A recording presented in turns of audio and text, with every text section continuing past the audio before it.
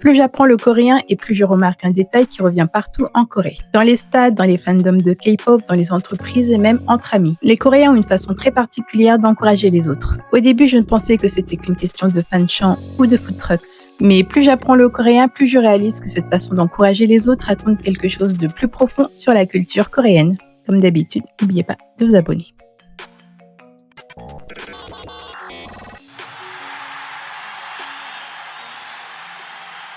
Pour comprendre cette façon d'encourager, il faut remonter un peu plus loin dans la culture coréenne. La Corée est historiquement une société collectiviste, fortement influencée par le confucianisme, une philosophie qui accorde une grande importance aux relations humaines, au respect des autres et à l'harmonie du groupe. Le nous prime souvent sur le je. En effet, on dira plutôt notre maison plutôt que ma maison ou notre enfant plutôt que mon enfant.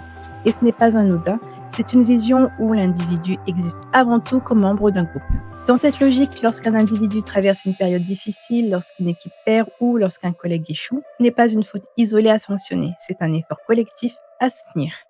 Et cette solidarité repose sur quelque chose d'encore plus profond, un concept difficile à traduire en français, le jong. Le jong se construit avec le temps, au fil des expériences partagées.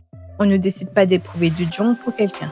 Il apparaît naturellement. C'est ce qui fait qu'on continue de soutenir une personne, non pas parce qu'elle réussit, mais parce que le lien qui nous unit est devenu plus important que sa réussite. C'est aussi pour ça que les fan-chants ne servent pas uniquement à accompagner une performance. Ils rappellent aux artistes qu'ils ne sont pas seuls sur scène. Derrière chaque chanson, il y a une communauté qui les soutient.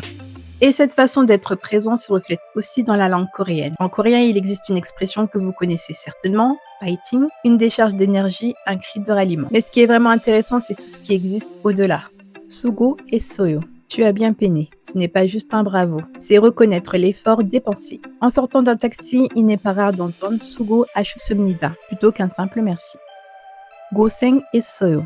Tu as souffert, tu as tenu. Pour un ami après ses examens ou encore pour un athlète après une compétition difficile, même perdue. Ce sont des mots qui valident le processus, pas uniquement le résultat final. Nous avons aussi également Jalago Isoyo. Tu as bien fait, pas tu as bien réussi, mais tu as bien fait là sur ton chemin. C'est un encouragement au présent pour le chemin qui est en train d'être parcouru. Nous avons aussi Imne, qui est un peu plus doux que fighting. Une main tendue quand l'autre est fatigué. Par exemple, un ami en période d'examen ou quelqu'un qui est épuisé mais qui continue malgré tout. Et il existe une expression qui résume peut-être le mieux toute cette philosophie. 응원할게. Je vais te soutenir. L'engagement actif d'être présent quel que soit le résultat. Les food trucks, les billboards dans les métros, tout ça c'est 응원할게 en action. Une promesse concrète, visible, que peu importe ce qui arrive, le soutien est là. En Corée, ce qui est jugé avant tout, c'est l'effort. Si le groupe estime que tout a été donné, alors le soutien reste entier, même dans la défaite. En France, le résultat prend souvent une place plus importante dans la manière dont on exprime notre soutien. Alors ce n'est pas un jugement, c'est simplement deux façons différentes de mesurer ce qui mérite d'être célébré.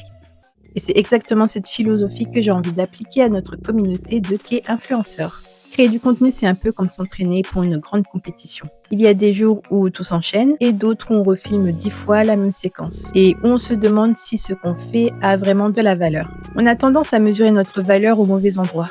On regarde les vues, les likes, les classements, on se compare, on se dit que si on n'est pas dans le top, alors notre contenu n'a pas de valeur. J'aimerais que nous aussi, on puisse apprendre à célébrer davantage le chemin que le résultat. Alors aujourd'hui, j'ai envie de vous dire quelque chose en coréen. Nomu 잘했어.